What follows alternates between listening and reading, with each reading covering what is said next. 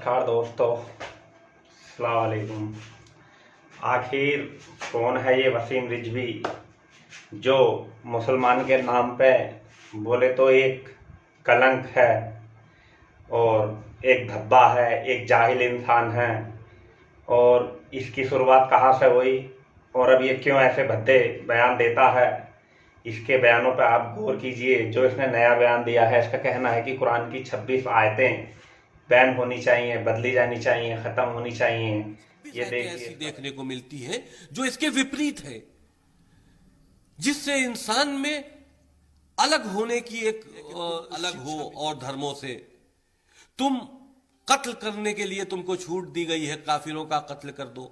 ये तमाम चीजें हैं जो हमने अपनी PIL में सुप्रीम कोर्ट में दाखिल की है। पहले हमने तो 57 मुस्लिम ऑर्गेनाइजेशंस को पत्र लिखा था कि आप इस पर विचार कीजिए। ये जो 26 आयतें ऐसी हैं जो मदरसों से लेकर हर जगह बच्चों को पढ़ाई जाती है, क्योंकि इस्लाम की पढ़ाई, बेसिक पढ़ाई जो है वो कुरान मजीद है, जो छोटे से बच्चे को पढ़ाना शुरू किया जाता है। अगर वो बच्चा इस तरह की चीजों को पढ़ेगा तो आगे जाकर वो किसी ना किसी कट्टरपंथी मानसिकता का शिकार हो जाता है या कहीं ना कहीं किसी आतंकी संगठन से मिल जाता है, क्योंकि वो इन बातों को मजहबी हिसाब से जायज समझता है कि हम जो भी कर रहे हैं अल्लाह के लिए कर रहे हैं, हम किसी का कत्ल कर रहे हैं तो अल्लाह के लिए कर रहे हैं। तो ये वो बेसिक होना चाहिए। लेकिन ये धर्म से जुड़ा मामला नहीं है, ये धार्मिक आस्था से जुड़ा मामला नहीं है, ये धर्म का मामला नहीं है, ये आतंकी शिक्षा का मामला है, हमारी देश की सुरक्षा का मामला है। पुराना नाता रहा इस वसीम रिजवी का। इसकी कहानी उस वक्त शुरू होती है जब समाजवादी की सरकार यूपी में थी और ये वक्फ बोर्ड का अध्यक्ष था और इसने हजारों करोड़ रुपए का घोटाला। CBI ने वक्फ बोर्ड के चेयरमैन रहे वसीम रिजवी के खिलाफ FIR दर्ज कर ली है। वहीं यूपी के अल्पसंख्यक कल्याण मंत्री ने खुद माना है कि वक्फ में हजारों करोड़ का घोटाला है। वक्फ बोर्ड की CBI से जांच की मांग को लेकर शिया मौलाना कल्बे जव्वाद पिछले 12 सालों से मुहिम चला रहे थे। गृह मंत्री अमित शाह से मुलाकात के बाद CBI ने वक्फ बोर्ड के चेयरमैन पे FIR दर्ज की है।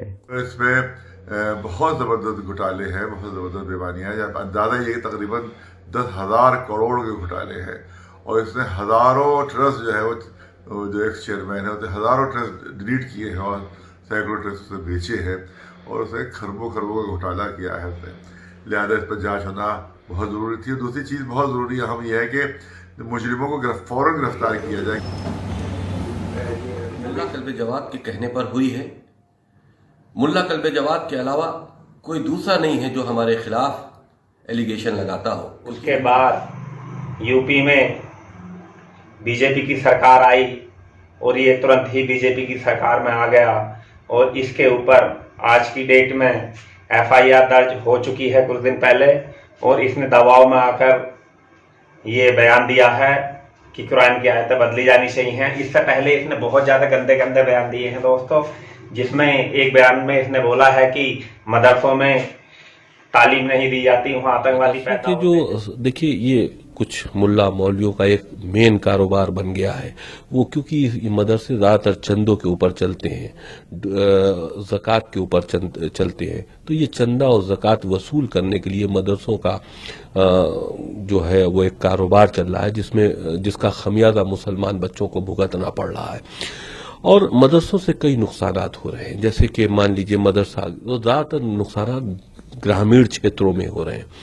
मदरसों में बच्चे जो पढ़ रहे हैं वो खाली मुस्लिम बच्चे पढ़ते हैं, उनको इस्लामिक एजुकेशन दी जाती, ना उनको अच्छी नौकरियां मिलती हैं। बताइए आज तक मदरसों से कितने इंजीनियर्स निकले हैं, कितने डॉक्टर्स निकले हैं, कितने IAS निकले, कितने PCS निकले हैं।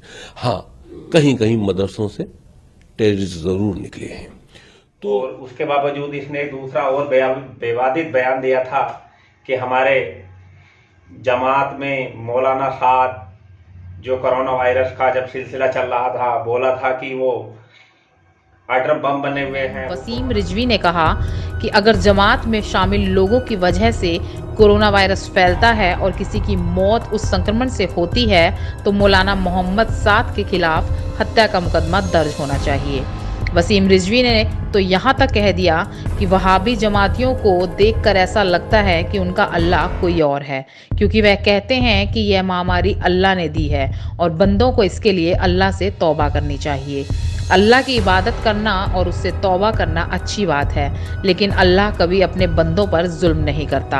असल में ये कुछ इंसानों की गलतियां हैं जिससे दुनिया भर के इंसानों को झेलना पड़ रहा है।